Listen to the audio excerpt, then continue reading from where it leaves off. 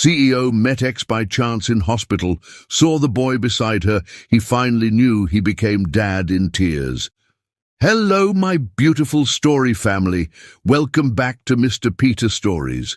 Yesterday was such a special day. It was my birthday. I had an amazing celebration, but I couldn't stop thinking about all of you. Your heartfelt birthday wishes truly made my day unforgettable.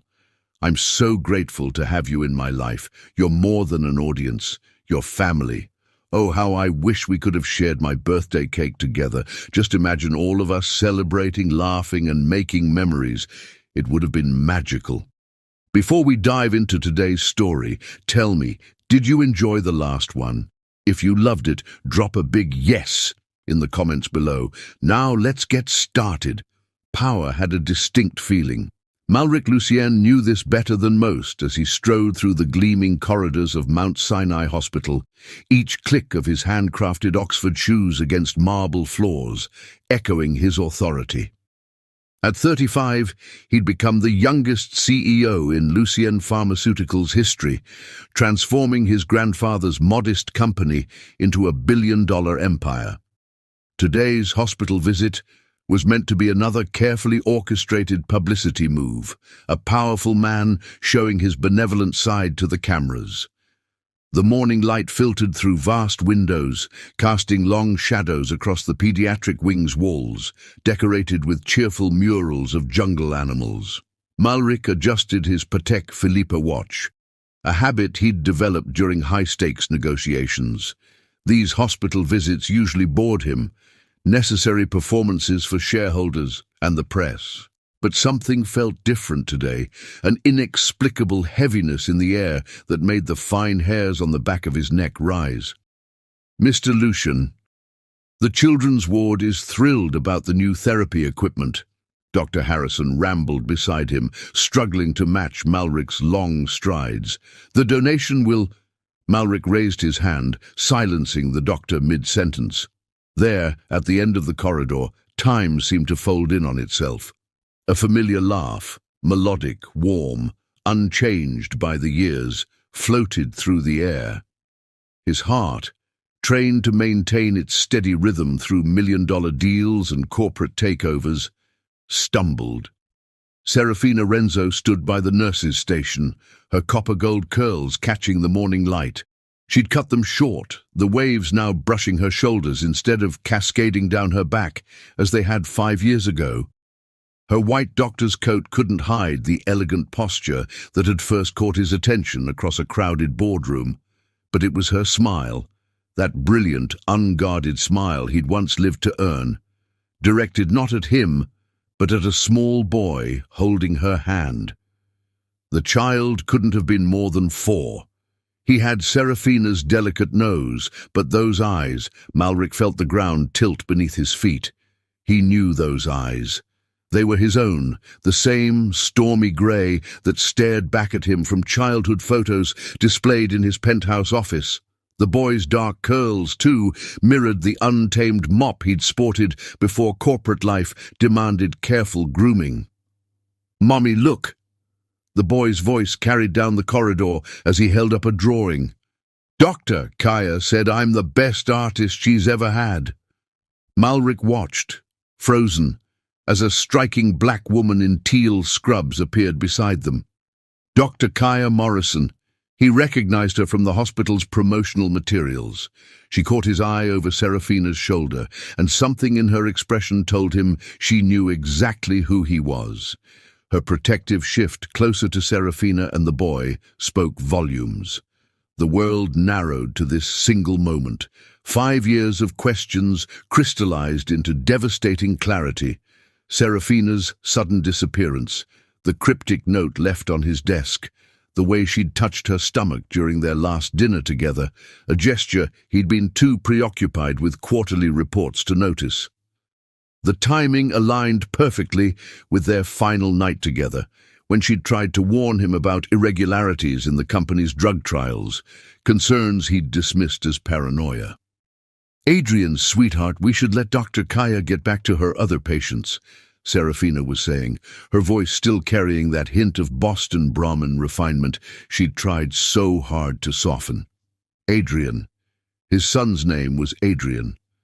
The boy's laughter echoed through the corridor again, and something cracked in Malric's carefully constructed world. This was what real power felt like. Not the artificial authority of corporate boardrooms, but the earth-shattering force of discovering you've been a father for years without knowing it. Dr. Harrison cleared his throat uncomfortably. "Mr. Lucian, the press is waiting in the conference room." But Malric barely heard him. 5 years of international expansion, hostile takeovers, and record-breaking profits suddenly felt hollow. He'd built an empire of glass and steel while somewhere in this same city his son had taken his first steps, spoken his first words, drawn his first picture, all without him. Serafina turned, perhaps sensing his presence. Their eyes met across the space that seemed both infinite and microscopic. The color drained from her face, her hand tightening protectively around Adrian's. In that moment, Malric saw not the brilliant research director who challenged him in boardroom debates, but a mother prepared to fight the world to protect her child. Their child.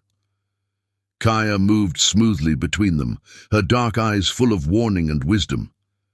"Dr. Renzo," she said clearly, emphasizing the professional title, "your next patient is ready in room 304. But it was too late for protective interventions. Adrian had noticed him, those familiar grey eyes widening with childhood curiosity. The boy tugged at his mother's hand, pointing. "Mommy, that man looks like the picture in your box!" The words hit Malric like a physical blow. She'd kept pictures of him. Had she shown them to Adrian, told him anything about his father? The questions crowded his throat, fighting to break free. Serafina recovered first, her professional mask sliding into place, the same one she'd worn during tense board meetings lifetime ago. "Come on, sweetheart," she murmured to Adrian, her voice steady despite the tremor in her hands. "We don't want to keep Mrs. Chen waiting." They moved to pass him, Serafina's heels clicking against the floor in a rhythm that echoed the pounding of his heart. As they drew level, time seemed to slow. Adrian looked up at him with innocent curiosity, a small dimple appearing in his cheek as he smiled, another inherited trait that struck Malric like lightning. "I like your tie," the boy said simply. "It's the same color as my favorite crayon." The words, so innocent and unknowingly profound, shattered something deep inside Malric's chest. He had a son who measured the world in crayon colors, who saw him not as a powerful CEO or a stranger who'd missed 5 years of his life, but simply as a man with a nice tie. Before he could respond, they were past him, Serafina's pace just short of running. Kaya lingered for a moment, her expression complex. "Some truths," she said quietly, "cost more than others." Then she too was gone, leaving Malric standing in the corridor with the weight of revelation pressing against his chest. The cameras waiting in the conference room couldn't capture the real story unfolding in Mount Sinai that day. They wouldn't see how Malric Lucien, the ruthless CEO known for his unshakable composure, had to brace himself against the wall once he was alone. They wouldn't photograph the moment he pulled out his phone with trembling fingers and cancelled every meeting for the next week. And they certainly wouldn't document how he sat in his parked Bentley for hours afterward, staring at an old photo of Serafina on his phone while learning what it felt like to grieve for years you could never get back. The morning sun climbed higher over Manhattan, painting the hospital windows in sheets of gold. Inside, a small boy showed his mother another drawing, unaware that his innocent existence had just reshapen the world. And somewhere between the pediatric wing and the parking garage, a man who'd spent his life accumulating power finally understood that true wealth had nothing to do with money at all. Chapter 2. Echoes of the Past. The penthouse suite of the Lucien Tower stood 60 stories above Manhattan, its floor-to-ceiling windows offering a god's-eye view of the city below. But Malric barely noticed the golden sunset painting the skyline. Instead, his attention was fixed on the manila folder spread across his desk, personnel files he hadn't touched in 5 years. Dr. Serafina Renzo's company ID photo stared back at him. Even in the clinical corporate headshot, her amber eyes held that characteristic intensity, challenging anyone who dared underestimate her. Her credentials were impeccable: double PhD from MIT, breakthrough research in molecular pharmaceuticals, the youngest research director in the company's history. But it was the dates that now burned into his consciousness. Her last day of employment exactly matched the early stages of a pregnancy that would have given him a son. He pulled out his phone, opening the private investigator's preliminary report delivered hours earlier. Serafina had rebuilt her life methodically after leaving. A position at Mount Sinai's research department, a modest apartment in Greenwich Village, regular donations to children's medical charities. Adrian's birth certificate listed no father. The boy's full name was Adrian Thomas Renzo. Thomas had been Malric's father's name, a detail that made his throat tight. She'd given their son his grandfather's name even while keeping his existence a secret. The scotch in his crystal tumbler remained untouched as memories flooded back. Their first meeting had been explosive. She'd torn apart his proposal for a new drug trial timeline in front of the entire board, her brilliant mind finding flaws his best analysts had missed. He'd promoted her on the spot, recognizing talent that could revolutionize the company. The attraction had been immediate, electric, but they'd both fought it, aware of the complications, until that night in Paris. They'd been there for a pharmaceutical conference, the city's romantic atmosphere wearing down their professional barriers. He could still feel the rain on his face as they'd run laughing across the Pont des Arts, could still taste the wine on her lips during their first kiss beneath the golden lights of the bridge. Everything had seemed possible then, before the weight of corporate politics and family legacy had crushed their dreams. His intercom buzzed, jarring him from the memories. "Mr. Lucien, Vincent Stone is here to see you." Malric's jaw tightened. His mentor and board chairman always had impeccable timing. "Send him in." Vincent entered with his usual commanding presence, his silver hair and tailored suit projecting the old money authority that had guided Lucien Pharmaceuticals through decades of growth. Burning the midnight oil, his sharp eyes took in the scattered files. Interesting choice of reading material. "Just reviewing some historical data," Malric replied carefully, but Vincent's slight smile suggested he wasn't fooled. "I heard about your hospital visit today." Vincent settled into a leather chair, every movement deliberate. "Quite the surprise, running into our former research director and her situation." The way he emphasized the last word made Malric's spine stiffen. "You knew?" It wasn't a question. "About Dr. Renzo's departure?" "Of course. The board felt it was best to handle the situation quietly, given the circumstances." "The circumstances being my child?" Malric's voice could have frozen hell itself. Vincent's expression remained maddeningly calm.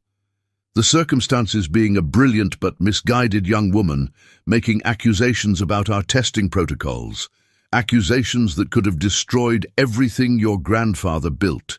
She chose to leave, Malric. We simply facilitated her decision." The scotch glass shattered in Malric's grip, amber liquid seeping into scattered papers.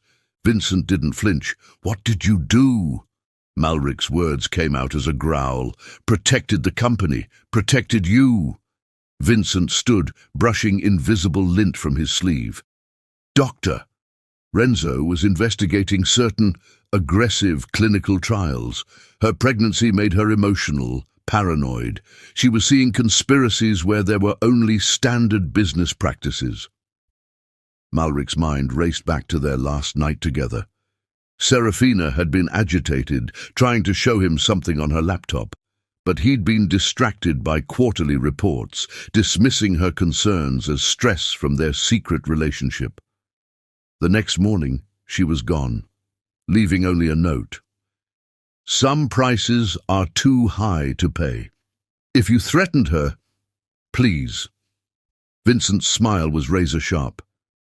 We merely showed her evidence of insider trading that implicated her directly.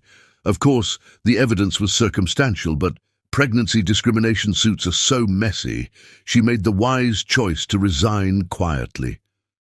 The truth hit Malric like a physical blow. They'd framed her, used her relationship with him to create a paper trail that could destroy her career. And he, blinded by ambition and trust in his mentor, had let it happen. She found something, didn't she? Malric's voice was deadly quiet. Something in those trial results that could have exposed the board. Ancient history. Vincent moved toward the door, then paused. A word of advice, my boy. Let sleeping dogs lie. Focus on the company's future, not its past. Some truths are better left buried. After Vincent left, Malric stood at his window, watching night claim the city.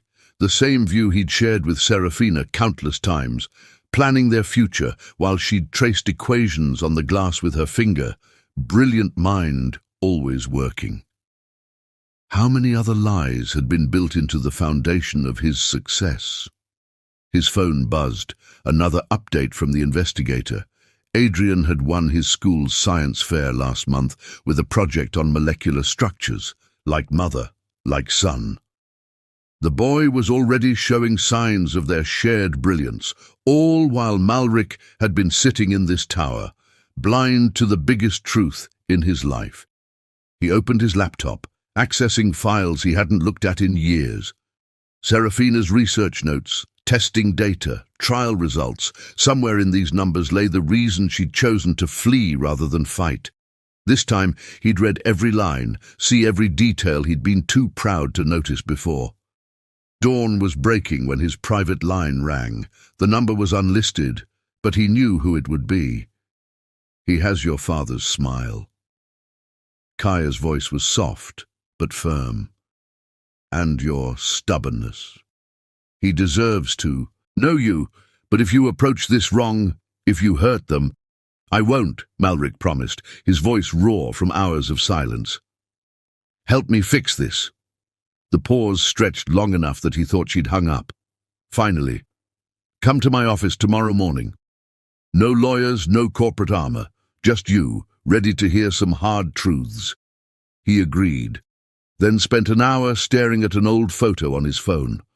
It was from that night in Paris, Serafina laughing as she tried to teach him basic molecular chemistry on a cafe napkin.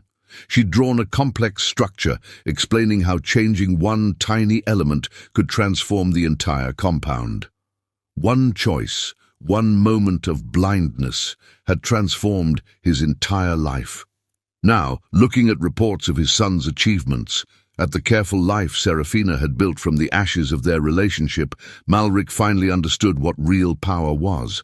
Not the ability to control others, but the strength to face your own failures and fight to make them right. The sun rose over Manhattan, painting his empire in shades of gold and shadow. Somewhere in this city, his son was probably waking up, perhaps drawing more pictures, asking questions about the world, with Serafina's insatiable curiosity and his own stormy eyes. Malric touched the glass, a gesture echoing years of memories. This time, he wouldn't look away from the truth, no matter how much it hurt. This time, he'd be worthy of those grey eyes that had looked up at him with innocent admiration, seeing not the powerful CEO or the man who'd failed their mother, but simply someone wearing a tie the color of a favorite crayon. Vincent's warning echoed in his mind. Some truths are better left buried. But as Malric gathered the scattered files and research that would help him uncover the real reason behind Serafina's departure, he knew that the only truth that mattered was the one he'd seen in his son's smile. Everything else, his empire, his power, his carefully constructed world of glass and steel, was nothing compared to the chance to finally become the father that Adrian deserved. Chapter 3. The Other Woman. Dr. Kaya Morrison's office in Mount Sinai's Pediatric Oncology Wing told the story of a life dedicated to healing. Photos of smiling children lined the walls, survivors, fighters, precious lives saved through her pioneering treatments. But it was the picture on her desk, partially hidden behind medical journals, that captured her attention now. Serafina and Adrian at his 4th birthday party, both laughing as they attempted to build a molecularly accurate cake. The memory of that day tightened Kaya's throat. She'd been there when Adrian took his first breath, had held Serafina's hand through 26 hours of labor while her friend refused an epidural, determined to feel every moment. She'd watched this little family grow from the ashes of corporate betrayal, seen how Serafina transformed from a broken woman into a fierce mother who would move heaven and earth for her son. And now, at 7 a.m. on a crisp autumn morning, Kaya waited for the man who had unknowingly set it all in motion. Malric Lucien arrived exactly on time, but not in his usual corporate armor. The expensive suit was replaced by a cashmere sweater and tailored slacks, an attempt at approachability that might have worked if not for the tension radiating from his powerful frame. He'd clearly not slept, dark circles beneath those infamous grey eyes that his son had inherited. Dr. Morrison. He extended his hand, then hesitated when she didn't immediately take it. "Thank you for—" "Sit." Kaya's tone left no room for corporate pleasantries. She'd faced down hospital boards and insurance companies. This man didn't intimidate her. "Before we begin, understand something. I'm not your employee or your subordinate. I'm here because a 4-year-old boy who loves dinosaurs and quantum physics deserves to know his father. But if you're here to throw money at the situation or strong-arm your way into their lives, this conversation ends now." Something flickered in Malric's eyes, respect perhaps, or recognition of a force equal to his own. He sat, his usual commanding presence tempered by exhaustion and humility. "I spent all night reviewing old research files. There are inconsistencies in the trial data, gaps that—" "Stop!" Kaya pulled out a thick manila folder. "You want to talk numbers and trials? Fine, but first you're going to look at what you missed." She spread photos across her desk like playing cards. Adrian's first steps, captured in the hospital corridor where Serafina worked endless hours to rebuild her career. His 2nd birthday, spent in this very office because a young patient needed emergency treatment and Serafina refused to leave her post. School plays, science fairs, quiet moments of mother and son bent over books far beyond his age level. 5 years of memories, Kaya said quietly. 5 years of triumphs and tears and midnight fevers. 5 years of him asking about the man in the pictures his mother keeps hidden but can't bear to throw away. Malric's hands shook as he reached for a photo of Adrian in oversized safety goggles, proudly displaying a simple chemistry experiment. "He's brilliant." "He's extraordinary," Kaya corrected, "and terrified of thunderstorms. He sleeps with a stuffed penguin named Tesla. He can recite the periodic table, but still can't tie his shoes. He asks questions that would stump PhD candidates, then turns around and worries if Santa's reindeer get enough breaks on Christmas Eve." She watched Malric absorb each detail like a man dying of thirst.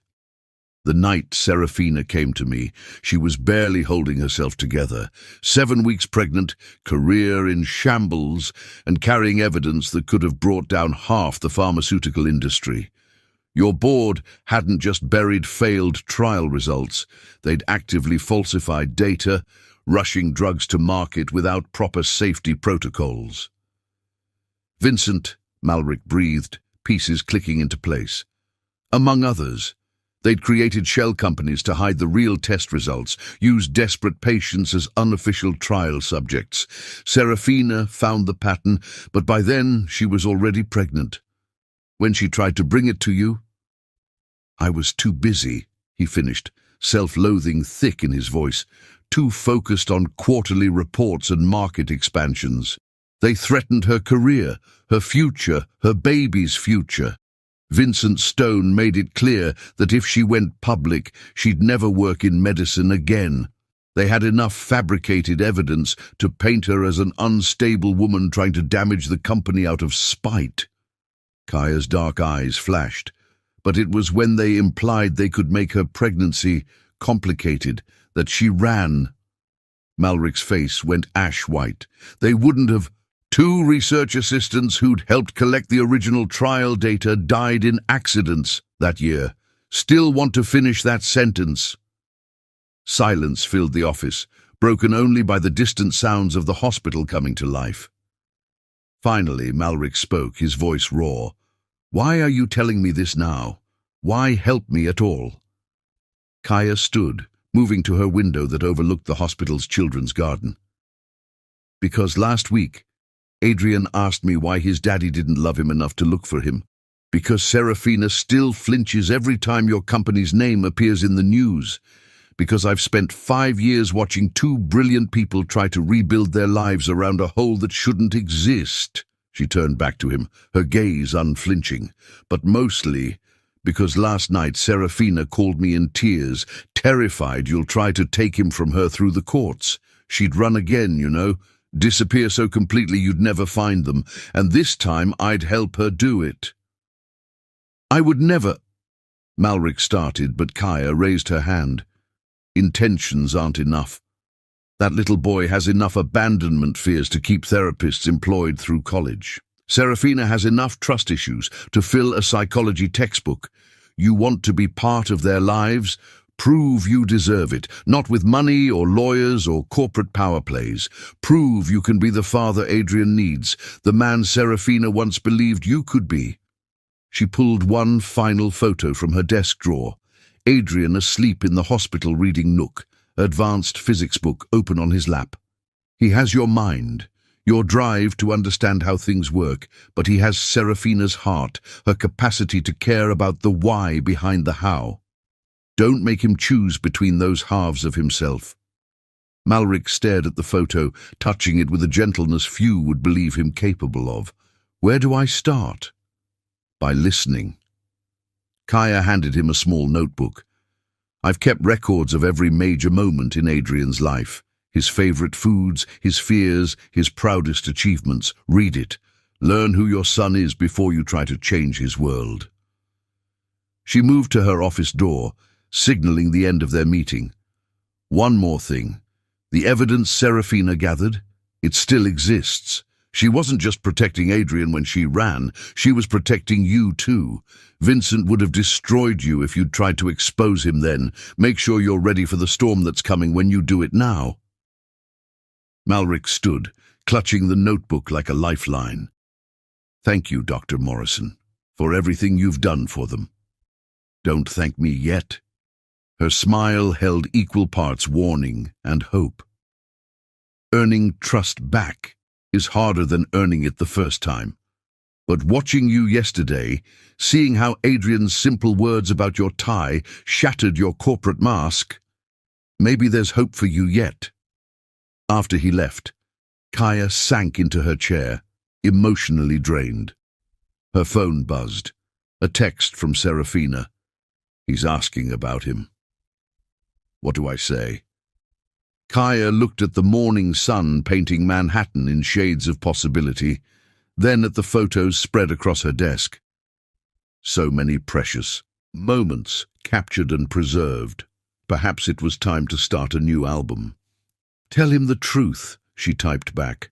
"His father has been lost for a very long time, but sometimes the best stories start when someone finally finds their way home." Chapter 4. Truth's Bitter Medicine. The hospital's research library after midnight was a sanctuary of shadows and silence, broken only by the gentle hum of computers and the whisper of rain against towering windows. Serafina Renzo sat surrounded by stacks of old journals, her copper curls falling forward as she buried herself in work, a habit that hadn't changed in 5 years. Science had always been her refuge, numbers and molecules never lying like people did. She sensed his presence before she heard him, the same way she used to feel electricity in the air before summer storms. Malric's reflection appeared in her computer screen, a ghost made flesh by fluorescent lights and rain-streaked windows. "I wondered how long it would take you to find me here." Her voice was steady despite her racing heart. She'd known this confrontation was inevitable after Kaya told her about their morning meeting, but that didn't make it easier. "You always did your best thinking at night." Malric moved into the light, and Serafina noticed he'd loosened his tie, the same blue one Adrian had admired. "The building would be empty, but your office lights would still be on, equations covering every whiteboard." That was another life. She turned, finally facing him directly. The years had added silver threads at his temples, lines around his eyes that spoke of burden rather than joy. "Why are you here, Malric?" He placed a familiar, leather-bound notebook on her desk, her research journal from 5 years ago. "Because I finally read every word, every trial report, every data anomaly, every warning you tried to give me, and I need to know the rest." Serafina's hands trembled as she touched the notebook. "Where did you—" "It was in the company archives, misfiled under routine testing data. Vincent's people weren't as thorough as they thought." His voice hardened on his mentor's name. "You found something in the Prometheus trials, didn't you? Something beyond the falsified data?" The old fear crept up her spine, but she forced it down. She wasn't that frightened young researcher anymore, running to protect an unborn child. She was a mother now, stronger than steel when it came to protecting her son. "Page 394, she said quietly. "Third paragraph." Malric opened the notebook with careful fingers, finding the page she'd memorized through years of nightmares. His grey eyes, Adrian's eyes, widened as he read. "Jesus Christ," he breathed. They knew. Before the trials even started, they knew the drug could cause genetic damage in children whose parents had been exposed. But they buried it, pushed it through anyway. 12 children. Serafina's voice cracked. 12 babies born with devastating mutations because their parents had been part of those unofficial trials, trials that never officially existed, conducted through shell companies and desperate doctors in developing countries. She pressed her hand to her stomach, an unconscious echo of old fears. "When I found out I was pregnant, you thought our child might be affected." The realization hit him like physical pain. "Because you'd been working with the trial samples. I hadn't been directly exposed, but I couldn't be sure. And when I tried to tell you, to show you the evidence, I was too busy." The self-loathing in his voice was raw, too focused on the goddamn merger to listen. "Vincent came to me the next day." Serafina stood, needing to move, to breathe through memories that still had the power to suffocate. "He had a file, evidence of insider trading, emails that made it look like I'd been selling company secrets, all fabricated, but good enough to destroy my career, good enough to start a criminal investigation that would follow me forever." She walked to the windows, watching rain trace patterns like tears down the glass. "He said if I went public with the trial data, they'd bury me so deep I'd never work in medicine again. Said stress like that could be dangerous for a pregnancy." Her laugh was bitter. "He offered me a choice, disappear quietly with enough money to start over, or fight and lose everything, including my baby's future. Why didn't you tell me you were pregnant?" The question that had haunted him for days finally escaped. "I would have protected you both." "Would you?" She turned back to him, amber eyes fierce. "The man you were then, so desperate to prove yourself worthy of the Lucian legacy. Would you have believed me over Vincent?" Over the board members who'd mentored you since your father died. I was just the brilliant girl from the wrong side of the tracks who'd climbed too high, too fast. They made sure to remind me of that. The truth of her words hit him like bullets. He'd been so caught up in becoming the perfect CEO, he'd lost sight of what really mattered. Adrian, he's perfectly healthy. Her voice softened, understanding his fear. I had every genetic test done during the pregnancy, then more after he was born. He's brilliant, Malric. So brilliant it takes my breath away sometimes. Last week he asked me to explain quantum entanglement while we made pancakes. A smile ghosted across Malric's face. Kaya showed me his science fair project. Molecular structures at 4 years old. He gets that from both of us. Serafina's throat tightened. He has your focus when he's solving a problem, the way nothing else exists until he figures it out. But he has my need to understand the human side of science. He doesn't just want to know how things work, but how they affect people. He asked about my tie. The words came out rough with emotion. Such a small thing, but it shattered you. She nodded. That's who he is. He sees people, really sees them. Last month he gave his favorite dinosaur book to a crying kid in the cancer ward, then spent 2 hours teaching him all the long names. Her eyes filled with tears. He's the best of both of us, Malric. Everything good we could have been if the world hadn't gotten in the way. Malric moved closer, close enough to see the gold flecks in her eyes that had once fascinated him during late-night research sessions. I'm not that blind, ambitious fool anymore, Serafina. I've spent the past 2 days dismantling every piece of my life, looking for the truth I missed. The evidence you gathered, it could destroy everything Vincent built, everything I inherited. It could also help those families. She met his gaze steadily. The ones whose children paid the price for corporate greed. They deserve justice, Malric. They deserve to know why. Help me make it right. He held out his hand, not touching her, but offering something more important. Partnership. Not for the company, not for me, but for them, for Adrian. Show him that sometimes the truth is worth fighting for, no matter the cost. Serafina looked at his outstretched hand, remembering other promises, other moments of trust that had shattered. But she also remembered their son's face that morning, asking once again about the man in the pictures she kept hidden away. I kept everything, she whispered. Every document, every trial result, every piece of evidence. I couldn't destroy it. The truth was all I had left of us. All I had to give Adrian someday to explain why his father wasn't there. I'm here now. Malric's voice was gentle but firm. And I'm not leaving again, no matter what storms come. She took a deep breath, then reached for her laptop. There's a hidden server secured with quantum encryption. Everything's there, waiting. But Malric... She met his eyes. If we do this, if we expose them, they'll burn your world to the ground. His smile was wolf-fierce in the darkness. Let them try. I'm not fighting for my world anymore. I'm fighting for his. For the chance to be worthy of that little boy who likes my tie and asks about quantum physics over pancakes. Outside, the rain fell harder, washing away old sins, as two brilliant minds bent over a laptop screen, piecing together the truth that had torn them apart.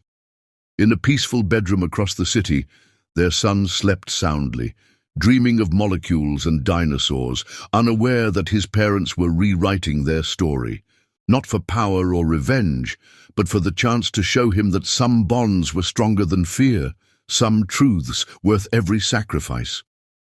And in the shadowy corners of Lucian Tower, Vincent Stone's phone buzzed with an urgent alert. Someone had accessed the buried files of Project Prometheus. The game he thought he'd won 5 years ago was about to begin again. But this time, the players had everything to fight for and nothing left to lose. Chapter 5. Shadows of Conspiracy. The private elevator to the Lucian Tower's secured archives required both a biometric scan and an executive keycard. As Malric descended 50 floors below Manhattan's streets, he remembered his grandfather's words. The truth about power isn't in boardrooms, son. It's in what we keep buried. The irony wasn't lost on him now. The archives stretched like a labyrinth of corporate secrets, temperature-controlled rooms protecting decades of research behind bulletproof glass. His footsteps echoed as he made his way to Section P, where Project Prometheus had been officially terminated 5 years ago, the same week Serafina disappeared. His phone buzzed, a text from Kaya. Adrian asked about you again today. He wants to know if you like quantum physics too. The simple message made his hands shake as he unlocked the secure room. His son was out there, brilliant and curious, while he was down here unearthing the rot that had cost them 5 years together. The room's lights flickered on automatically, illuminating walls of files that shouldn't exist. I had a feeling I'd find you here. Malric spun to find Jessica Chen, his grandfather's former secretary and the archive's keeper, watching him from the doorway. Her silver hair was still pulled into an immaculate bun, her eyes sharp despite her age. Ms. Chen. He kept his voice neutral. I didn't realize anyone else had clearance for this level. I've been keeping these records since before you were born, Mr. Lucian. She moved into the room with surprising grace, including the ones Vincent thinks he destroyed. Understanding dawned. You knew about Serafina, about the trials. I knew many things. She pulled a key from around her neck. Your grandfather wasn't a perfect man, but he believed in leaving breadcrumbs. Ways to find the truth, if someone was brave enough to look. She unlocked a hidden panel in the wall, revealing a safe he'd never noticed. The question is, are you ready to see how deep this goes? The safe contained a single USB drive and a letter in his grandfather's handwriting, dated 2 weeks before his death. Malric's hands trembled as he unfolded the paper. My boy, if you're reading this, you've finally started asking the right questions. Vincent was my friend once, but power corrupts, and he chose profit over people long ago. The evidence on this drive will show you everything, not just about Prometheus, but about all of it. The shell companies, the buried trials, the deaths made to look like accidents. I tried to stop it quietly, to protect the company's legacy. That was my mistake. The legacy that matters isn't in stock prices or market shares. It's in the lives we touch, the truth we choose to tell. I'm sorry I won't be there to help you fight this battle. But remember, a Lucian's true strength isn't in what he builds, but in what he's willing to tear down to make things right. All my love, grandfather. He knew. Malric's voice cracked. All this time. He was gathering evidence when the stroke hit. Jessica's eyes held old grief. Vincent visited him in the hospital that night, alone. The next morning, your grandfather was dead. The implications hit like physical blows. You think Vincent. I think power makes men capable of anything. She touched the USB drive.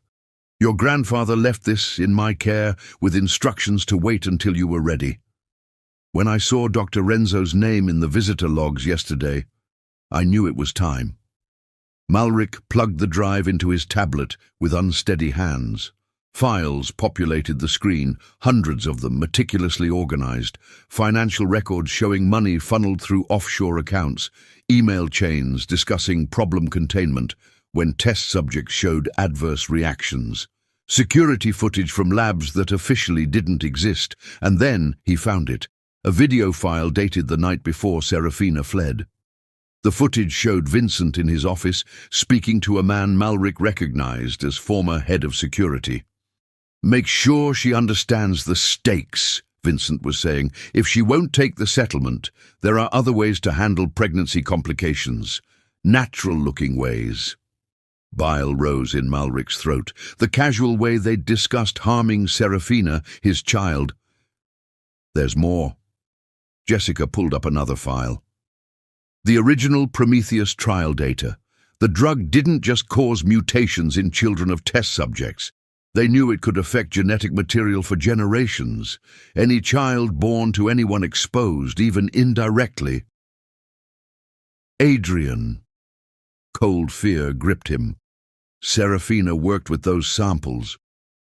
Your grandfather ordered independent testing when he discovered the truth. Dr. Renzo's exposure levels were minimal, but Vincent buried the results. She ran before they could tell her she and the baby were safe. Jessica's voice softened. She chose protecting your child over everything else, her career, her reputation, her heart. Malric sank into a chair, overwhelmed by the weight of truth. All these years I blamed her for leaving. Told myself she'd chosen ambition over us, but she was protecting our son while I was too blind to see the snakes in my own garden. The question is, Jessica said quietly, what will you do now? He looked at his phone, at Kaya's text about Adrian's curiosity. Then, at his grandfather's letter, the words burning into his consciousness. Lucian's true strength isn't in what he builds, but in what he's willing to tear down to make things right. How many other families were affected? His voice was steel. How many children? 17 confirmed cases in the official trials, but the unofficial tests in overseas clinics. We may never know the true number. Malric stood, decision crystallizing. Download everything, every file, every record, every piece of evidence. Then call Benjamin Hayes at the Justice Department. It's time he knew what his old friend Vincent has really been doing. Vincent has powerful allies, Jessica warned. People who've profited from his secrets for decades. They'll destroy you. Let them try. Malric's smile was dangerous. I'm not fighting for profit anymore. I'm fighting for a little boy who loves quantum physics and dinosaurs. For his mother, who gave up everything to protect him. For all the families who deserve to know why their children paid the price for corporate greed. His phone buzzed again, a photo from Kaya. Adrian in his school science lab, proudly holding up a project on molecular bonds.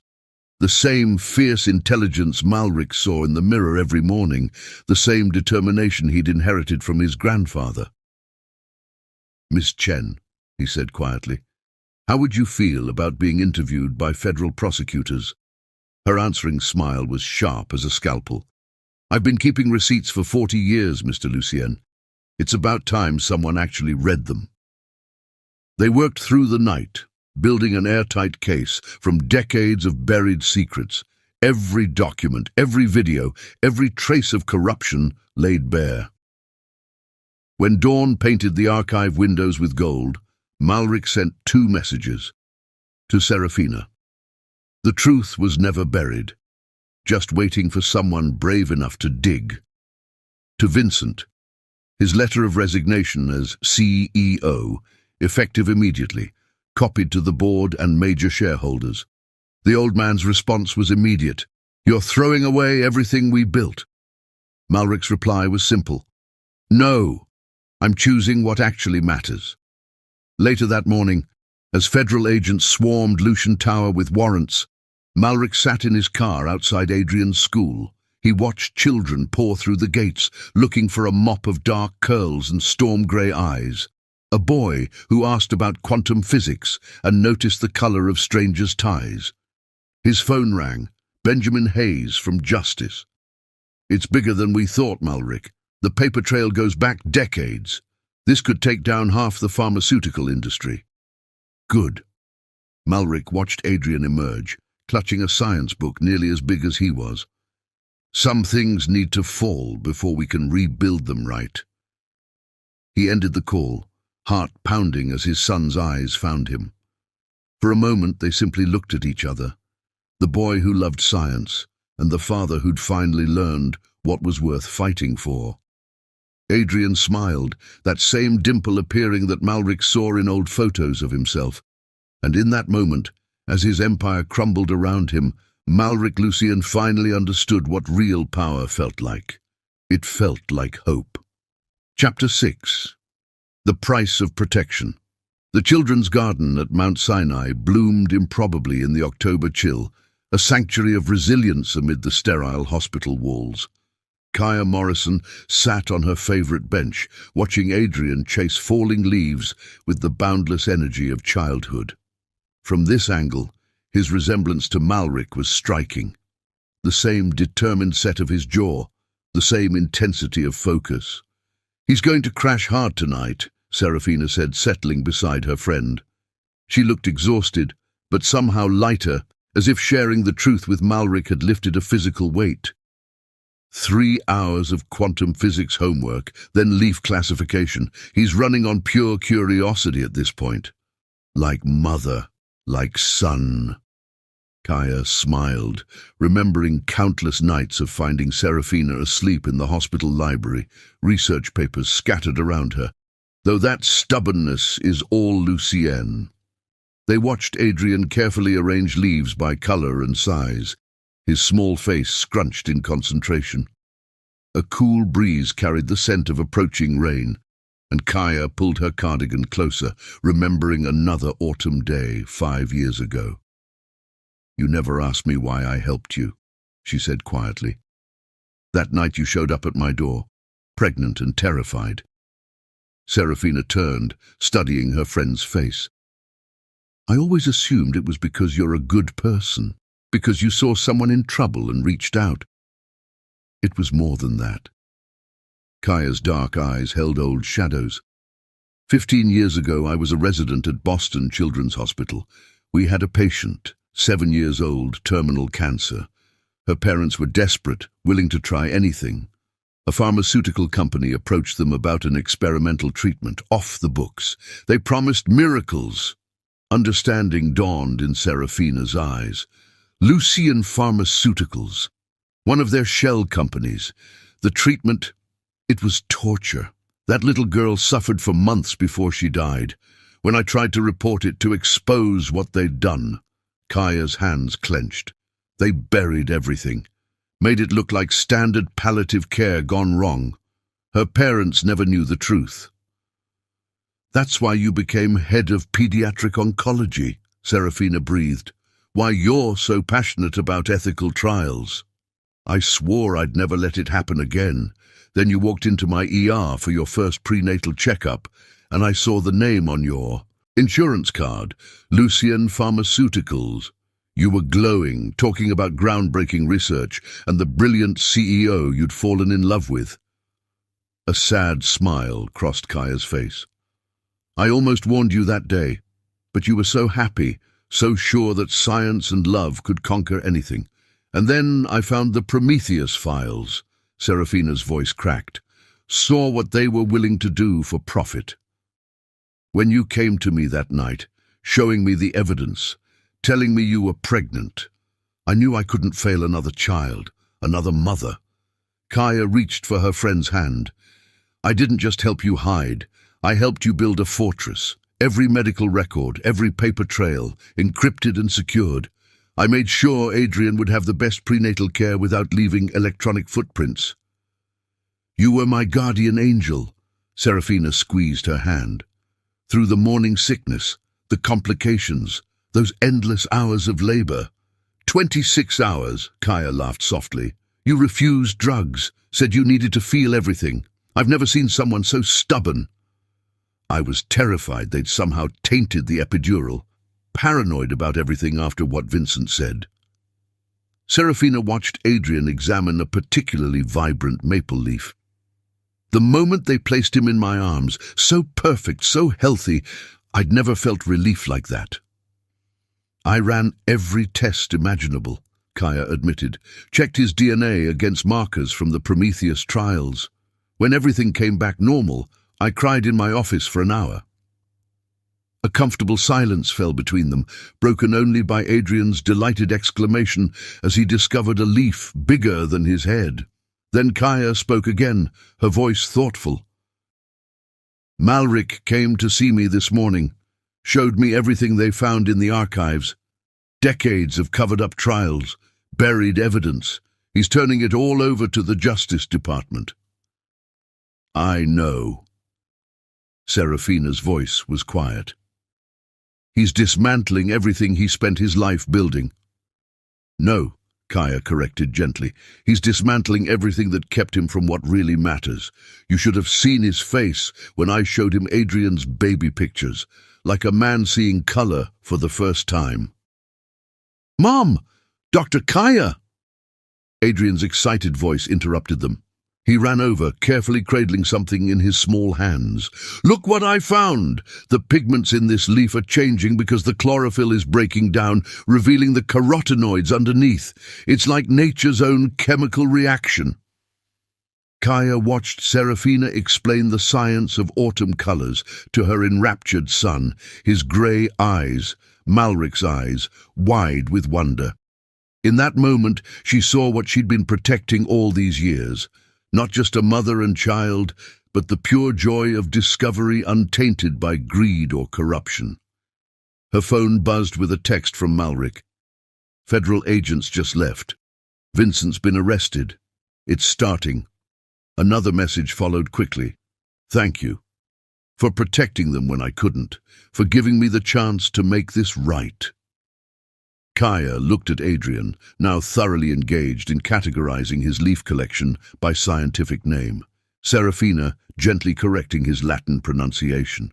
She thought of that little girl in Boston, of all the children who'd suffered in silence while powerful men counted profits. He's going to need both of you, she typed back to Malric. The storm that's coming, it will touch everything. Adrian deserves to know his father fought for what's right, no matter the cost. The reply came swiftly. Will you help me? Help us become the kind of family he deserves. Kaya smiled, watching Adrian tear across the garden after another perfect leaf, his laughter echoing off hospital walls that had seen too much sorrow. Always, she replied. Some promises are worth keeping forever. Rain clouds gathered above Manhattan's towers, but here in this garden, watching a little boy explore the mysteries of changing seasons, Kaya felt nothing but sunshine. She'd spent 5 years helping build a fortress around this precious family. Now, perhaps, it was time to help build bridges instead. Mom, Adrian called out, can we show Dad my leaf collection tomorrow? Dr. Kaya says he likes science too. Serafina's eyes met Kaya's, full of questions and hope and fear. Kaya nodded encouragingly. Sometimes the greatest acts of protection weren't about building walls, but about having the courage to take them down. Yes, sweetheart, Serafina called back, her voice steady. I think Dad would love that very much. And in the gathering dusk of an autumn evening, surrounded by falling leaves and rising hopes, Kaya watched the fortress walls begin to crumble, making way for something stronger to grow in their place.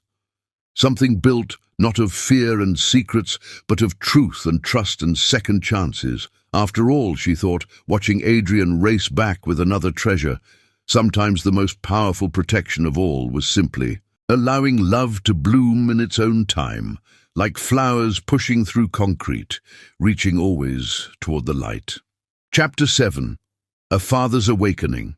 The hospital cafeteria wasn't where Malric had imagined having his first real conversation with his son, yet here he sat, his Italian wool suit jacket draped over a plastic chair, watching Adrian methodically dissect his chocolate pudding with a spoon. The boy treated it like a science experiment, creating perfect concentric circles with the precision of a miniature engineer. Mum says, when particles spin in circles, they make magnetic fields, Adrian announced, not looking up from his work.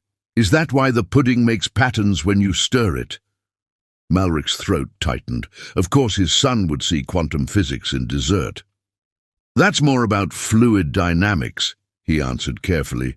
When you stir the pudding, you're creating what's called a vortex. It's similar to what happens when you drain a bathtub. Adrian's eyes, so achingly familiar, lit up. Like the Coriolis effect. Mum showed me videos of water spinning different directions at the equator. Did you know that's mostly a myth? The force is too weak to affect small amounts of water. People just see what they expect to see. People often do. Malric agreed softly, thinking of all the warnings he'd been too blind to notice 5 years ago. Sometimes the hardest part of science is learning to see what's really there, not what we want to be there. That's why we have to do experiments.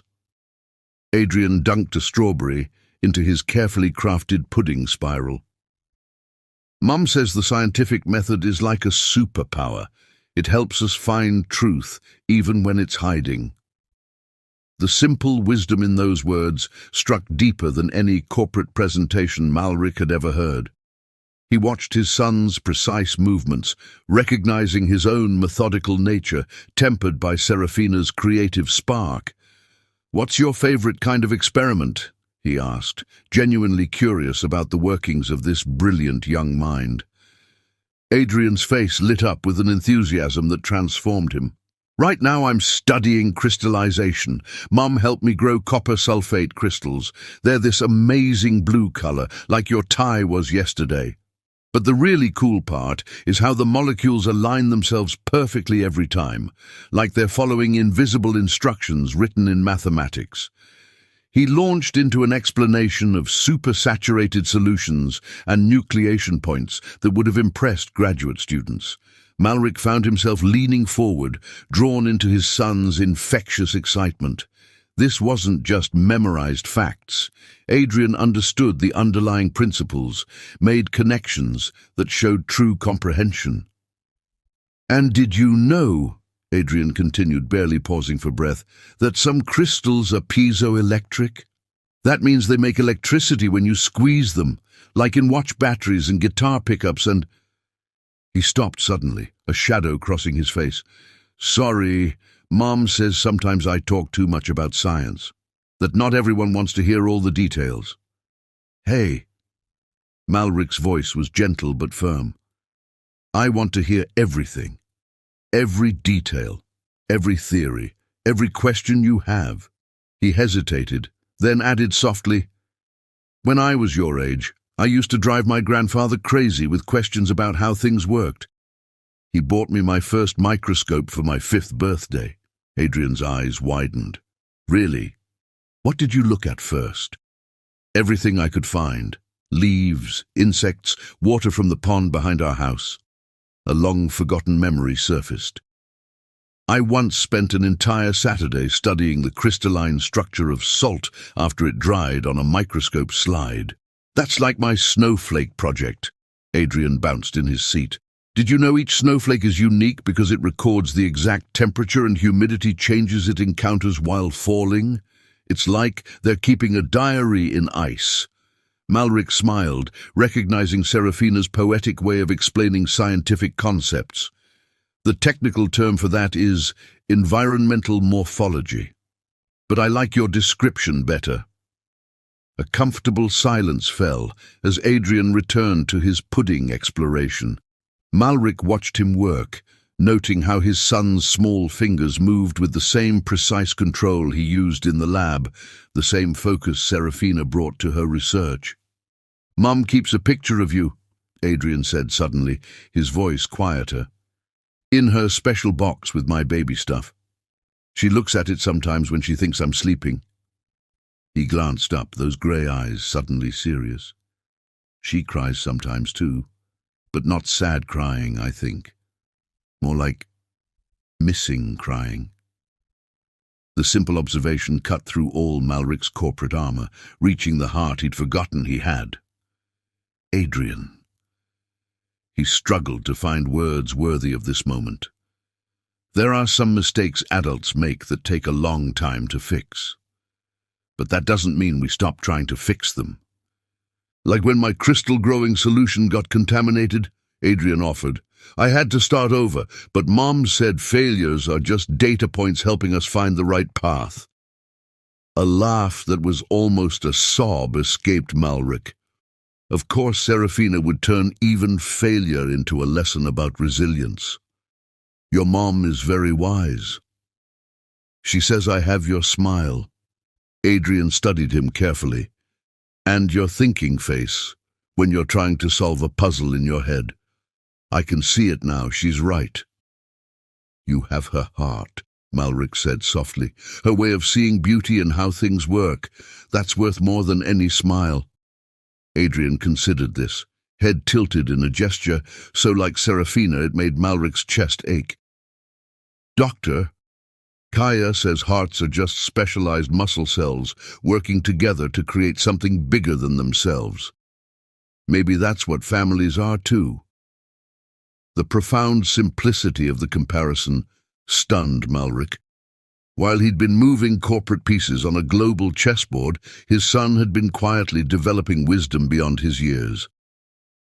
That's exactly what families should be. Then maybe... Adrian poked at his remaining pudding, suddenly shy.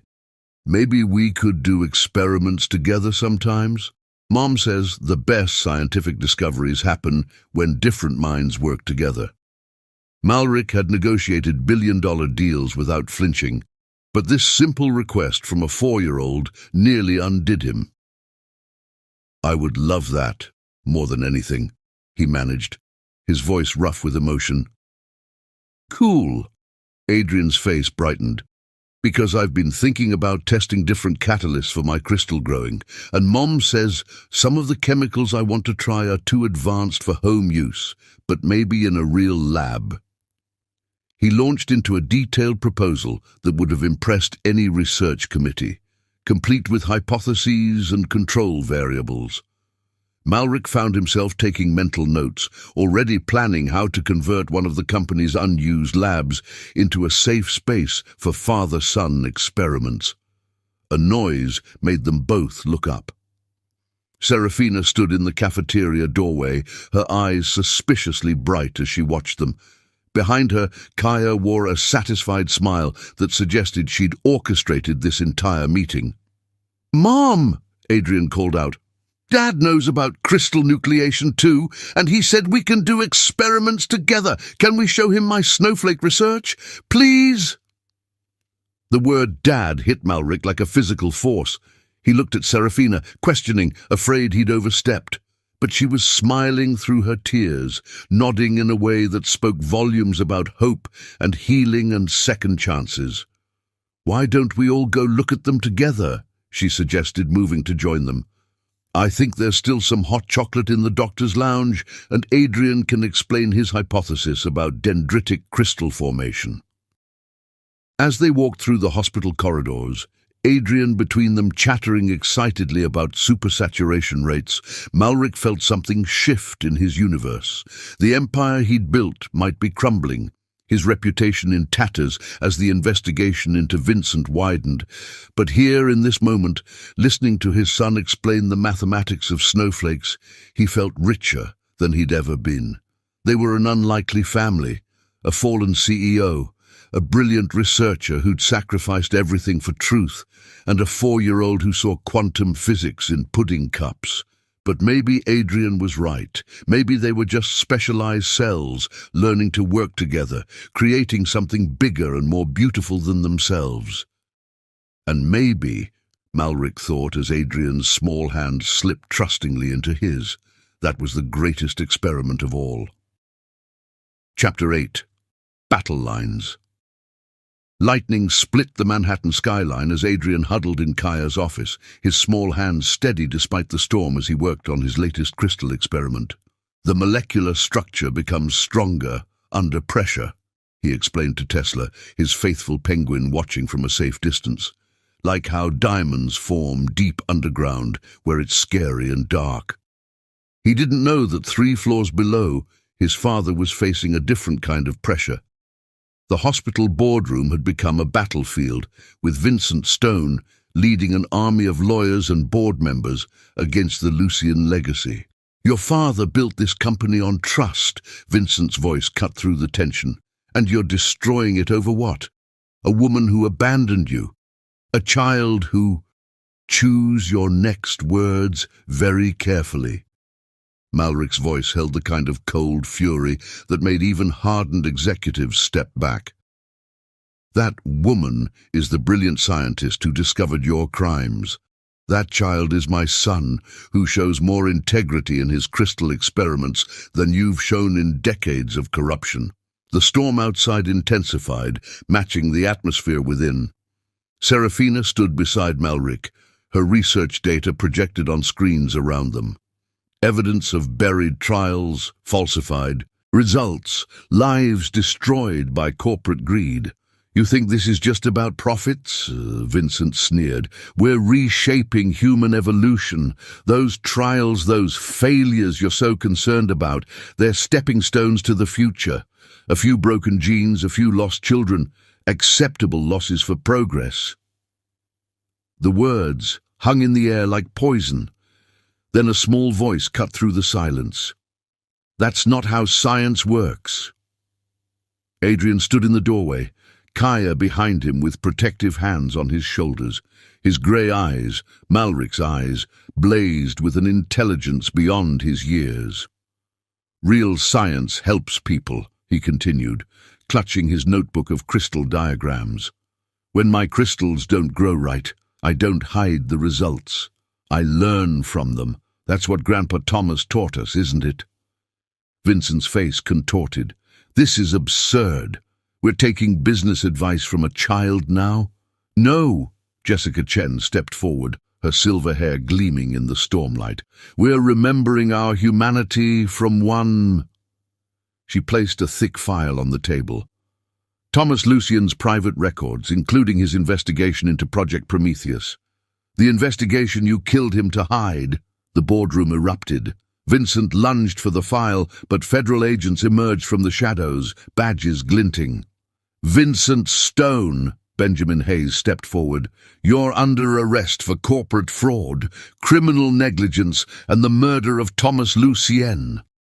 As agents read Miranda rights, Vincent's mask finally cracked. You think this ends here? He snarled at Malric. Half the pharmaceutical industry runs on buried research. They'll destroy you for exposing this. Everything you've built was built on lies. Malric cut him off. He moved to Adrian, kneeling before his son. But we're building something new now. Something stronger. Adrian's face lit up with understanding. Like my latest experiment. When you introduce impurities into a crystal matrix, it either breaks apart or becomes stronger by forming new bonds. The whole structure has to realign, but if the core elements are pure enough, the new formation becomes unbreakable. Serafina finished, joining them. She touched the crystal pendant Adrian had grown for her, copper sulfate blue, like Malric's favorite tie. Sometimes things have to break apart to rebuild properly. Vincent struggled as agents led him away. The board will never support this madness. Your shareholders have already been informed. Kaya held up her tablet, displaying real-time stock updates. Seems the market responds well to ethical leadership and transparent research. Who knew? The remaining board members shifted uncomfortably until Jessica spoke again. Thomas Lucian believes science should serve humanity, not profit from its suffering. The evidence we've uncovered will shock the industry, yes. But from those ashes, we can rebuild something revolutionary. Like a phoenix, Adrian's eyes shone. We learned about them in mythology. They rise from ashes stronger than before, just like how some crystal structures can actually rebuild themselves after being damaged. Thunder crashed outside, but Adrian didn't flinch. He was too busy pulling something from his notebook, detailed drawings of a new research facility design. I've been working on this, he explained shyly, a place where scientists can help people without being afraid, with special labs for children to learn too. The board members gathered around, drawn despite themselves to the pure vision of a child who saw science as it should be, a force for healing, not profit. The Thomas Lucian Center for Ethical Research. Malric read the careful title. Adrian, when did you... Emma helped me, Adrian admitted, referring to his young friend from the oncology ward. She said if she gets better, she wants to be a scientist too, to help other kids not be scared of medicine. Serafina's eyes filled with tears as she recognized elements of her own early research dreams in her son's designs. Malric squeezed her hand, both watching their boy explain complex laboratory setups with passionate gestures. "All in favor of approving the new research center," Jessica called formally, "and appointing Dr. Serafina Renzo as Chief Research Officer." The vote was unanimous. Even those who'd sided with Vincent couldn't resist the power of pure truth spoken by a child. As the storm outside began to clear, Adrian tugged his parents toward Kaya's office. "Come see what happened to my crystals during the lightning. The electrical charge created this amazing lattice pattern, like the whole structure evolved to handle the pressure. Mom, Dad, what if we could use this principle to—" Malric and Serafina exchanged glances over their son's excited chatter. In the wake of corporate warfare, their boy still saw beauty in molecular bonds, still believed in science's power to heal rather than harm. "One more thing," Malric said softly, stopping Adrian's rush to his experiment. He knelt again, pulling out a small box. "I was going to wait, but sometimes the moment chooses itself." He opened it to reveal a ring designed to match the crystal patterns in Adrian's research. "Serafina Renzo, will you help us build this new future? All of it, the research center, the ethical trials, our family." "The molecular bonds of love," Adrian whispered excitedly. "Say yes, Mom. My calculations show a 99.9% probability of optimal outcomes." Serafina laughed through her tears.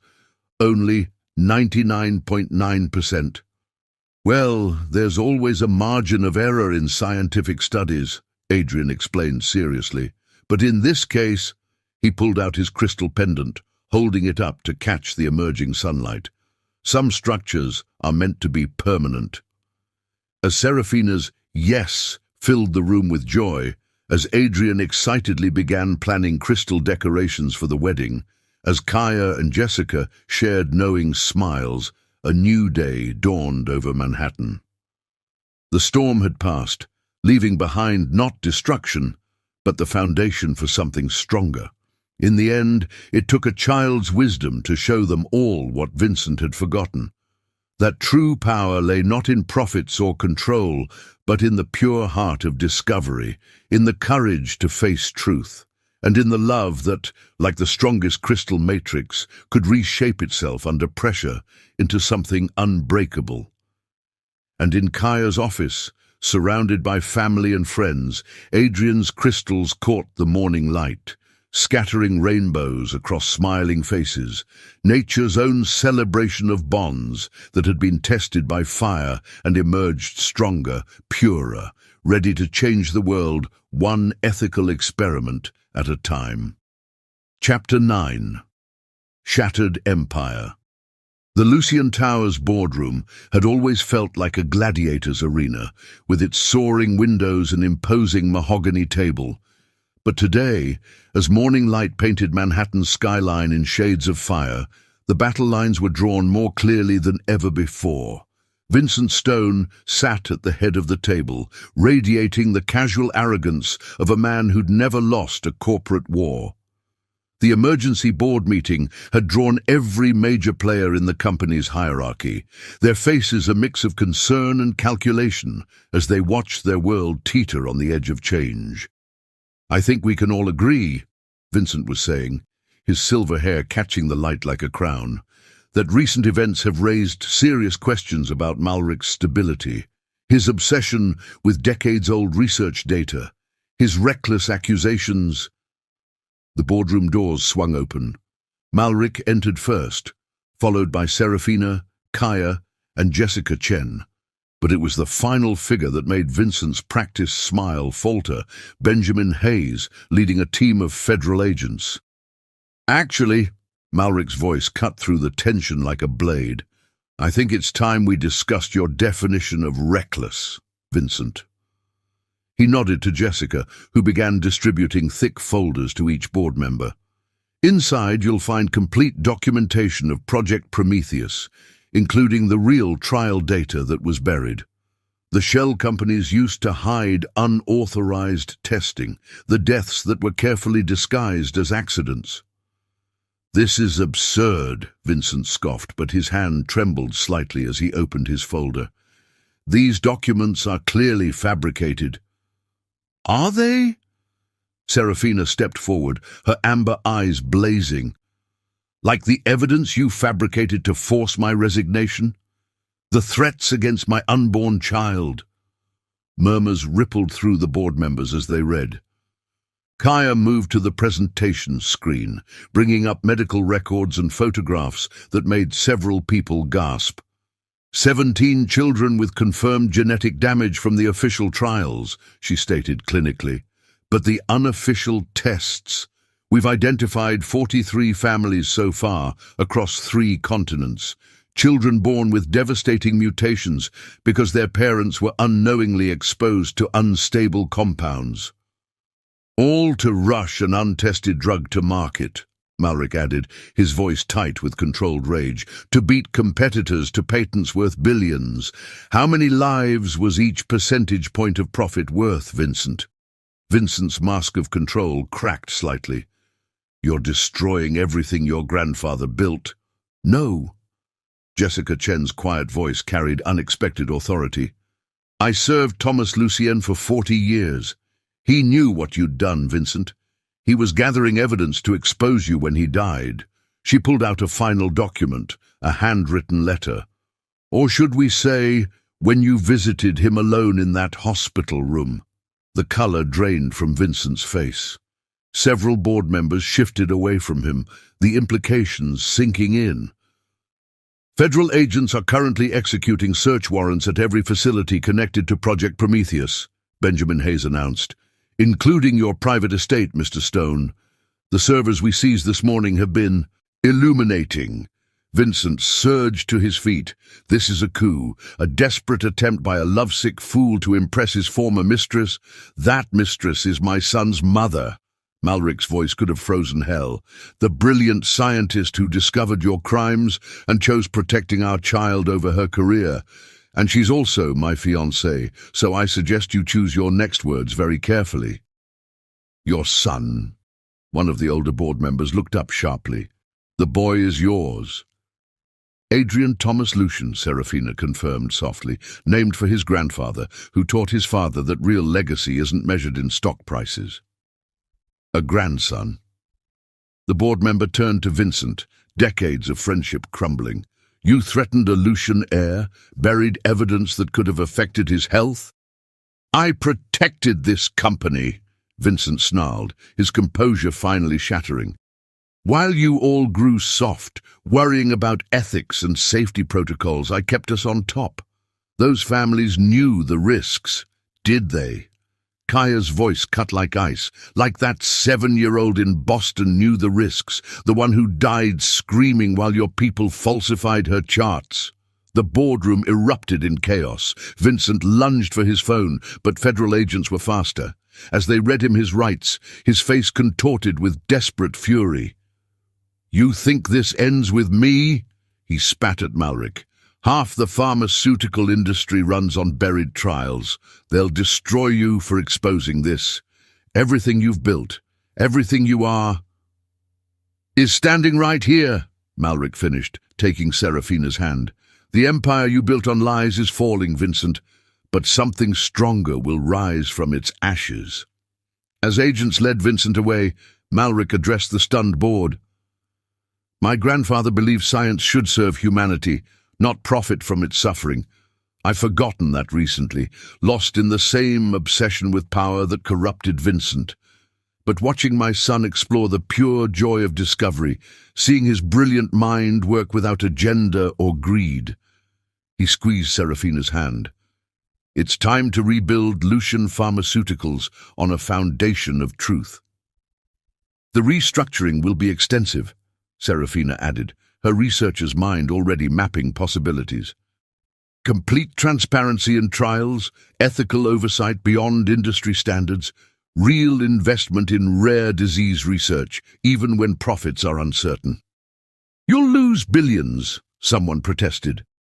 We'll save lives, Malric corrected. including children who deserve the same chance my son has to grow up healthy, to pursue science with pure hearts, to change the world without destroying it. The vote that followed was unanimous. Vincent's allies, faced with federal indictments, crumbled quickly. By noon, Malric was formally reinstated as CEO, with Serafina appointed as Chief Research Officer and a new board ethics committee headed by Kaya Morrison. But it was the scene in Kaya's office later that truly marked the day's victory. Adrian sat surrounded by his beloved crystals, explaining complex molecular structures to his parents with infectious enthusiasm.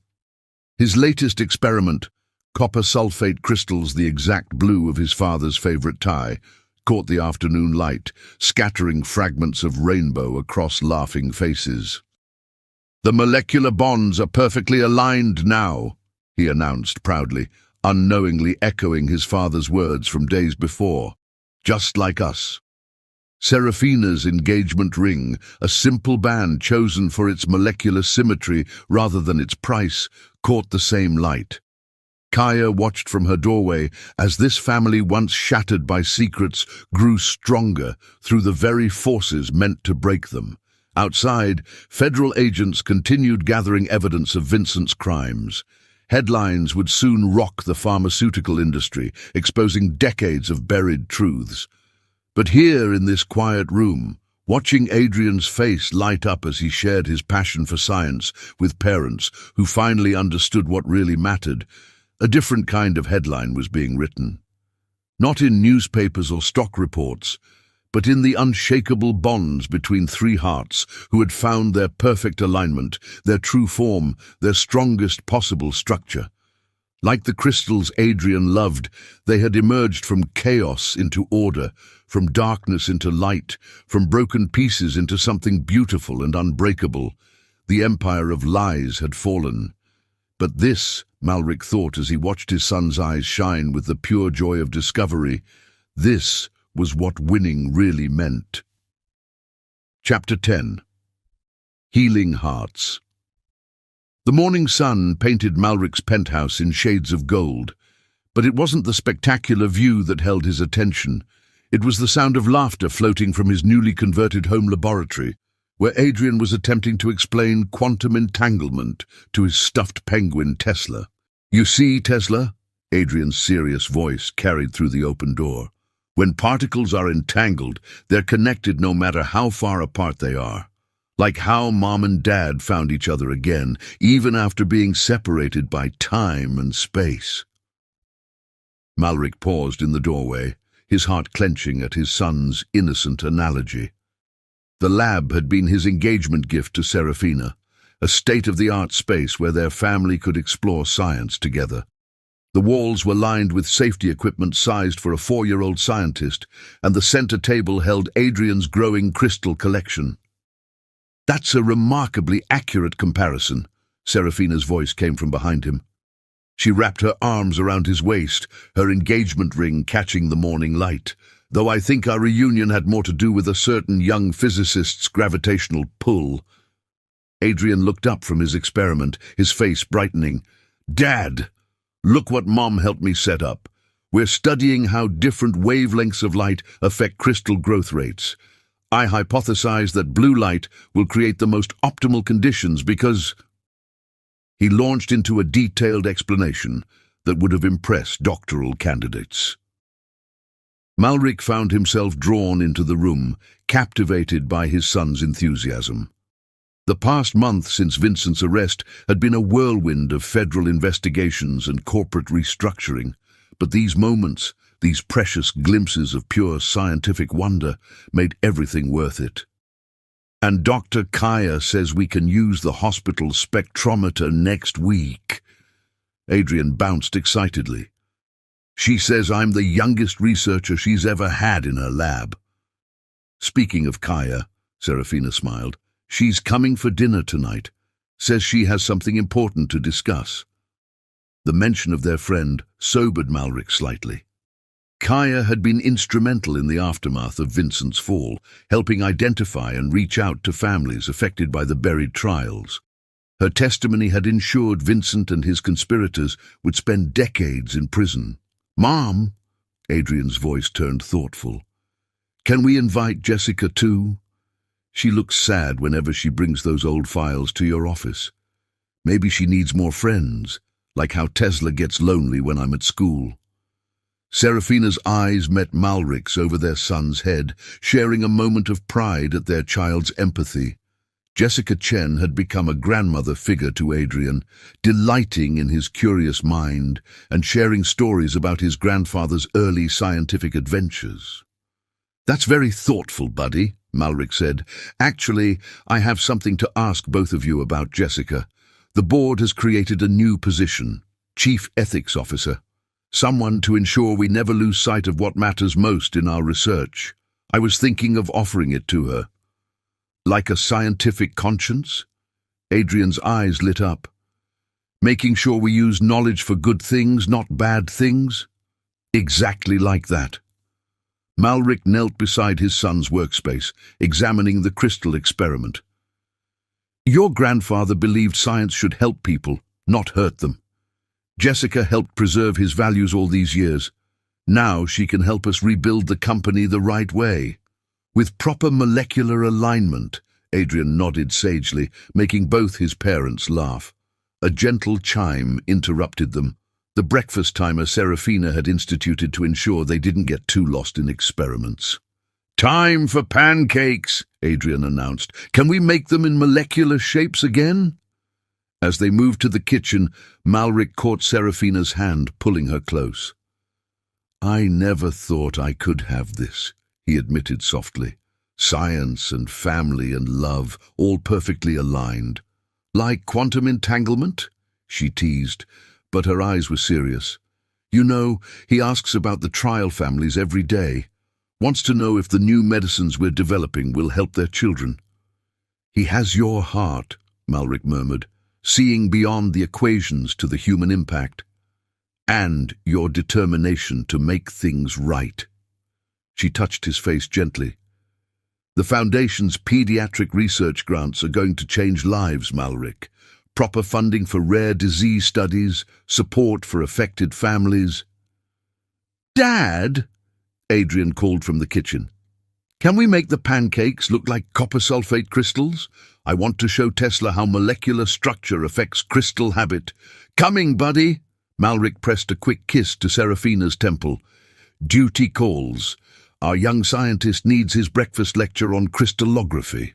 They found Adrian already setting up his laboratory equipment, mixing bowls and measuring cups arranged with scientific precision. His notebook lay open beside him, filled with surprisingly accurate drawings of crystal structures. "Mom, did you know that some crystals can heal themselves?" he asked, as she helped him measure flour. "If you scratch them, they can reorganize their molecules to fix the damage. Isn't that amazing?" "Like families," Malric said quietly, watching his son and fiancée work in perfect synchronization. "Sometimes they need to break apart before they can rebuild themselves stronger." Adrian considered this with his usual thoughtful expression. "Is that why you and Mom were separated, so you could realign your molecular bonds properly?" The profound innocence of the question brought tears to Serafina's eyes. She pulled their son close, breathing in the scent of his dark curls. "Something like that, sweetheart. Sometimes love needs time to find its perfect crystal structure." "Well, I'm glad you did," Adrian declared, returning to his pancake preparations, "because now we can all do science together, and Tesla says 3 scientists are better than 2, especially when making molecular pancakes." Malric watched his family, the brilliant woman who'd sacrificed everything for truth, and the extraordinary child who saw the world through eyes of wonder. The empire he'd once prized seemed insignificant compared to this, a Sunday morning filled with laughter and love and scientific exploration. Outside, Manhattan glittered in the autumn sun, but the real gold was here in this kitchen, in a little boy's joy as he created edible crystal structures. in a mother's patience as she explained molecular geometry using chocolate chips, in a father's growing understanding that true power lay not in boardrooms or bank accounts, but in moments like these. Like the self-healing crystals Adrian loved, they had emerged from darkness stronger, more perfectly aligned. Their bonds, once broken by fear and ambition, had reformed into something unbreakable, a family built on love, truth, and the pure wonder of scientific discovery. And that, Malric thought as he helped his son arrange blueberries in a precise hexagonal pattern, was the most beautiful experiment of all. Chapter 11. New Foundations. Kaya Morrison stood in her hospital office, surrounded by the photographs that marked her journey. Smiling children who'd beaten impossible odds, families who'd found hope in darkness. But it was the newest addition that kept drawing her eye. Adrian asleep in the research library, curled up in Malric's lap, while Serafina explained a complex equation on the whiteboard behind them. The image captured everything she'd fought to protect for 5 years, everything she'd dared to hope might be possible. And now, watching through her office window as Adrian conducted his official research in the children's ward, she saw those hopes blooming into reality. Her young assistant scientist had transformed the ward's play area into what he called his secondary laboratory. Currently, he was teaching a group of young patients about crystal formation, his beloved penguin Tesla propped up as a distinguished observer. The children were entranced, their own battles temporarily forgotten as they watched sugar crystals grow on cotton strings. "And see, the molecules align themselves perfectly," Adrian explained, gesturing with the authority of a tiny professor. "Just like how our bodies can heal when we give them the right medicine and lots of love. Right, Dr. Kaya?" She smiled, remembering a similar conversation with a terrified Serafina 5 years ago, trying to convince her that running was the only way to protect her unborn child. Now that same child was spreading hope in the very halls where his mother had hidden. "Absolutely right, Doctor. Adrian," she called back, making him beam with pride at the title. The elevator chimed, and Serafina emerged carrying 2 coffee cups and a familiar blue folder. "Thought you might need reinforcements. The board approved everything. Full funding for the Pediatric Research Center, scholarships for affected families, worldwide outreach programs." Kaya accepted the coffee gratefully. "And the special project? Breaking ground next month?" Serafina's eyes sparkled. "The Thomas Lucien Center for Ethical Research. State-of-the-art facilities dedicated to rare disease treatment, with housing for families during clinical trials. Jessica's already drafting governance protocols that would make Fort Knox look relaxed." They watched Adrian demonstrate proper safety goggle technique to his rapt audience, his small face serious as he adjusted each pair perfectly. One little girl, Emma, barely 4 and fighting leukemia, looked at him with unveiled adoration. "He asked me to help him design special crystal experiments for the oncology ward," Serafina said softly. "Said if the patients could grow something beautiful while they're healing, it might help them remember that good things take time." Kaya's throat tightened. Like father, like son. Malric's been here every evening this week, reading research papers to the long-term patients. Yesterday, I caught him explaining molecular biology using superhero analogies. "He's trying to make up for lost time," Serafina nodded. "Not just with Adrian, but with his grandfather's legacy. The real one, not the empire Vincent corrupted." A commotion at the ward entrance drew their attention. Malric arrived with his arms full of specialized lab equipment, followed by Jessica Chen carrying what appeared to be a professional-grade microscope. "Dad!" Adrian's excited voice carried across the ward. "Did you bring the polarized light filters? Emma wants to see how crystals bend rainbow patterns." "Of course, buddy. And look who else came to join the research team." Jessica set up the microscope with practiced ease, her usual formality softening as Adrian introduced her to his junior scientists. She'd taken to her new role as Chief Ethics Officer with passionate dedication, but these moments, teaching children about the pure joy of discovery, seemed to heal something long broken in her. "The board's announcing the new research initiatives tomorrow," Serafina murmured. Vincent's old allies are furious about the profit margins, but they're too terrified of public opinion to object. Amazing what a little truth can do.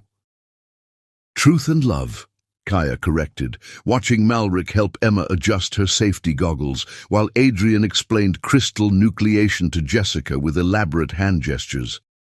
"Those children he hurt, the families Vincent's greed destroyed, they're finally getting justice, but more importantly, they're getting hope." A small voice interrupted them. "Dr. Kaya, can you help us calculate the optimal supersaturation ratio? Dad says you're the best at solution chemistry." Kaya found herself drawn into Adrian's experiment, helping tiny hands measure precise amounts of copper sulfate. She watched Emma's face light up as blue crystals began forming, saw how Adrian's patient explanations gave the sick children something to focus on beyond their pain. This was healing in its purest form, not just bodies, but spirits. The ward that had once felt heavy with fear now rang with scientific questions and childish laughter. Even the parents watching from the doorway seemed lighter, hope kindling in their eyes as they watched their children engage with the mysteries of crystal growth. "Mom!" Adrian called out. "Come see what Emma discovered." The crystal structure changed when we adjusted the pH. It's like the molecules are dancing. Serafina joined them at the makeshift lab station, her researcher's mind engaging immediately with Emma's observation. Soon they were all absorbed in the impromptu experiment, world-class scientists and young patients working together to understand nature's hidden patterns. Malric caught Kaya's eye over the happy chaos, his expression full of gratitude. She nodded slightly, remembering late-night phone calls and desperate plans, the weight of secrets carried through 5 long years. Worth it. Every moment of fear, every difficult choice had led to this. Later, as the sun set over Manhattan, Kaya added another photograph to her wall. Adrian and Emma bent over their crystal garden, young faces alight with discovery. Behind them, their families watched with matching expressions of joy. Parents and doctors, scientists and children, all connected by the simple wonder of knowledge shared with love. The image captured everything she'd dreamed of that night. Serafina appeared at her door, healing that went beyond medicine, truth that transcended fear, love that grew stronger through every trial. Like the crystals her young friend loved so much, these bonds had formed slowly, perfectly, creating something more beautiful than anyone could have planned. "Dr. Kaya." Adrian's voice was sleepy as Malric prepared to take him home. "Can we do more experiments tomorrow? Emma says the crystals help her feel better." "Of course, little scientist." She hugged him close, breathing in the scent of copper sulfate and childhood dreams. Some experiments are too important to ever stop. And watching the family leave together, Adrian between his parents, Jessica following with an armful of research notes, the future stretching bright before them, Kaya knew that the greatest experiment of all was simply this. Love, given time and proper conditions, could crystallize into something unshakable, something that not even the darkest forces could break. After all, she thought, straightening Emma's carefully labeled crystal samples, the best scientific discoveries always came from hearts brave enough to search for truth, minds wise enough to learn from failure, and souls patient enough to wait for beauty to grow in its own perfect time. Chapter 12. Full Circle, a love crystallized dawn, painted the Mount Sinai Hospital garden in hues of rose gold, light dancing through thousands of hand-grown crystals suspended from cherry blossom branches. Each prism had been carefully crafted in Adrian's laboratory over the past 6 months, his Project Forever, as he'd named it. The crystals formed an intricate canopy above the wedding guests, creating a ceiling of rainbow light that seemed to dance with each spring breeze. "The geometry of love," Adrian explained to Emma, as they made final adjustments to their crystal arrangements. She stood beside him now, her oncology treatments complete, her recovery a testament to the new protocols developed at the Thomas Lucian Center for Ethical Research. Each crystal structure reflects a different moment in Mom and Dad's story. He pointed to a particularly complex formation. "See, this one shows the exact molecular pattern that was present in Dad's tie the day they reunited. And these," he gestured to a series of blue copper sulfate crystals, "represent every experiment we've done together as a family since then." In the bride's preparation room, Serafina stood before a full-length mirror, her wedding gown a masterpiece of science and artistry. The fabric seemed to shimmer with embedded microcrystals, each one grown by Adrian and Emma in a pattern that mimicked the molecular structure of serotonin, the chemistry of happiness, as Adrian had explained. Her copper curls were crowned with a tiara that combined crystal formations representing key elements: copper for beauty, carbon for strength, gold for endurance.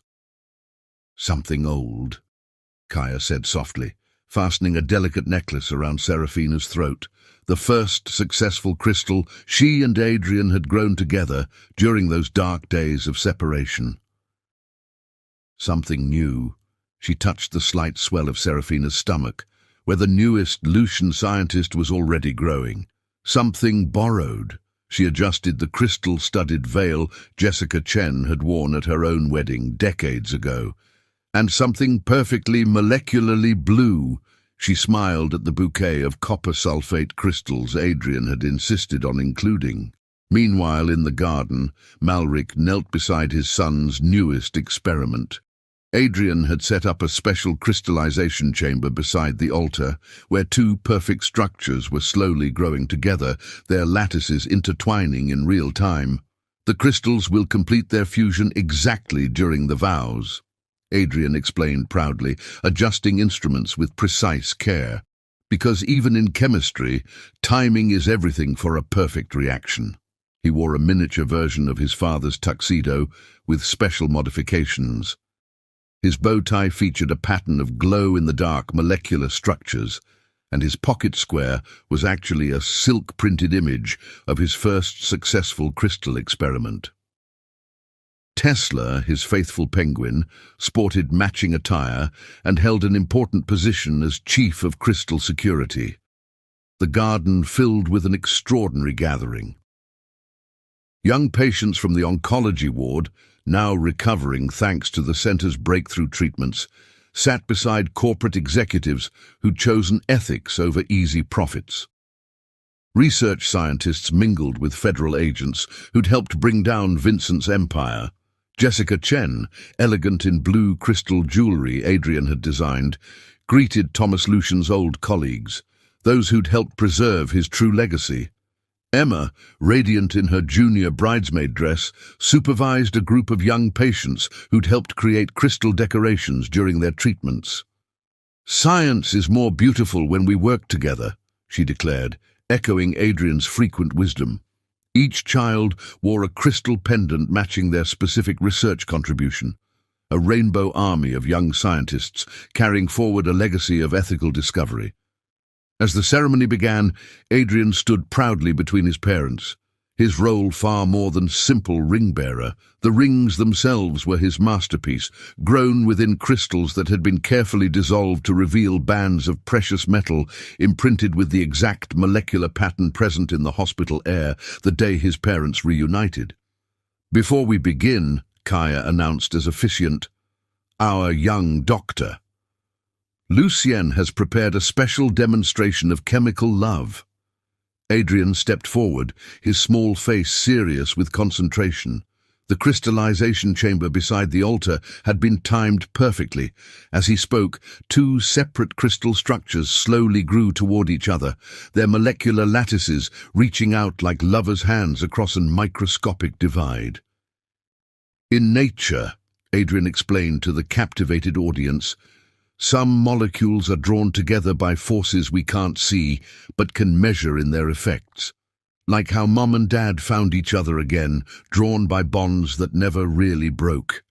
He adjusted a dial, and the crystals began to glow softly. When they finally meet, the crystal lattices touched and intertwined, forming a structure more beautiful than either could have achieved alone. Gasps of wonder rippled through the crowd. "That's the real chemistry of love," Adrian declared. "Separate elements combining to create something entirely new, stronger than its individual parts. Just like our family." The vows that followed were uniquely their own. Malric and Serafina exchanged not just rings, but small vials of their first shared crystal experiment. Their promises wove together science and love, hypothesis and heart, data and dreams. "I promise to be your constant in every experiment," Malric vowed, his voice thick with emotion. "To face every variable by your side, to measure our love not in profits or patents, but in moments of wonder shared with our children." "I promise to trust in our bond," Serafina responded, tears catching rainbow light. "To remember that even when paths diverge, true connections remain unbroken at the molecular level. To build our future on a foundation of truth, strengthened by every challenge we face together." Adrian's contribution came next, a carefully prepared solution that, when poured over their joined hands, crystallized instantly into a delicate lattice pattern.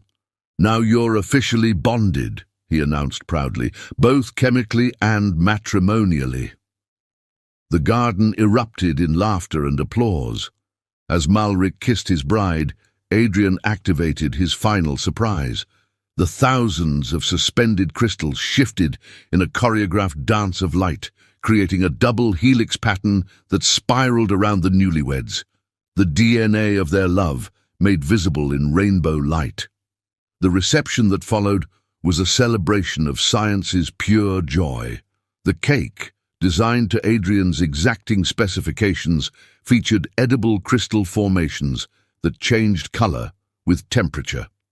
Each table centerpiece told part of their story through crystal arrangements. The blue tie that started everything, the first experiment Adrian and Malric shared, the moment they discovered the new baby was coming.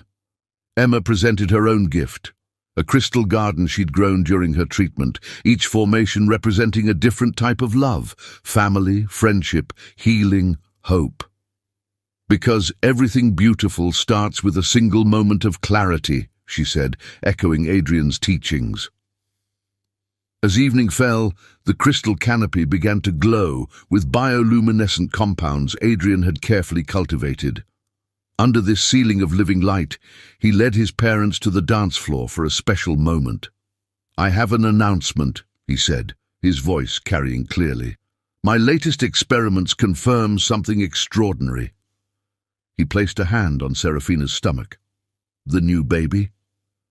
It's a girl, a little sister who already shows signs of crystal-compatible DNA."